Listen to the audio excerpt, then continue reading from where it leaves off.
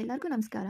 ಇವತ್ತು ನಾನು ಬಜ್ಜಿ ಮೆಣಸಿನಕಾಯಲ್ಲಿ ಚಟ್ನಿ ಮಾಡೋದು ಹೇಗೆ ಅಂತ ತಿಳಿಸ್ಕೊಡ್ತಾ ಇದ್ದೀನಿ. ಮೆಣಸಿನಕಾಯಿ ನಾನು ನೀಟಾಗಿ ನೀರಲ್ಲಿ ವಾಶ್ ಮಾಡ್ಕೋಬೇಕು.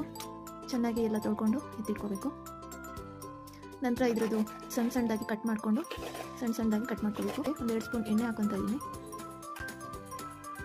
ನಂತರ ಕಟ್ ಮಾಡ್ಕೊಂಡಿರೋ ಮೆಣಸಿನಕಾಯಿನ ಅದರೊಳಗಡೆ ಹಾಕ್ಕೊಂಡು ಚೆನ್ನಾಗಿ ಹುರಿತಾ ಇದ್ದೀನಿ. ಹಸಿಯ ವಾಸನೆ ಹೋಗೋವರೆಗೂ ಚೆನ್ನಾಗಿ ಎಣ್ಣೆಯಲ್ಲಿ ಫ್ರೈ ಮಾಡಬೇಕು. ನಂತರ ಖಾರಕ್ಕೆ ಸ್ವಲ್ಪ ಖಾರ ಮೆಣಸಿನಕಾಯಿ, ಸ್ವಲ್ಪ ಬೆಳ್ಳುಳ್ಳಿ, 1 ಸ್ಪೂನ್ ಜೀರಿಗೆ, ನಂತರ ಇದಕ್ಕೆ ಸ್ವಲ್ಪ ಕೊತ್ತಂಬರಿ ಸೊಪ್ಪು ಹಾಕ್ಕೊತಾ ಇದ್ದೀನಿ. ಈಗ ಮಿಕ್ಸಿ ಜಾರಿಗೆ ಟ್ರಾನ್ಸ್ಫರ್ ಮಾಡ್ಕೊತಾ ಇದ್ದೀನಿ.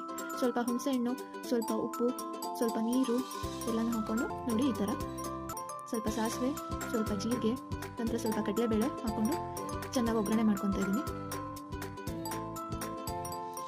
ನಂತರ ನೋಡಿ ಸ್ವಲ್ಪ ಕರಿಬೇವು, ಸ್ವಲ್ಪ ಹೆಚ್ಚಿಟ್ಟಿರೋ ಈರುಳ್ಳಿನ ಕೆಂಪಗಾಗೋದು ತನಕ ಹುರಿದ್ಬಿಟ್ಟು ನಂತರ ನಾವು ರುಬ್ಬಿ ನೋಡಿ ಚೆನ್ನಾಗಿ ಈ ಥರ ಈಸಿ ಅಲ್ವಾ, ಚಟ್ನಿ ರೆಡಿ ಆಗೇ ಹೋಯಿತು. ಇದು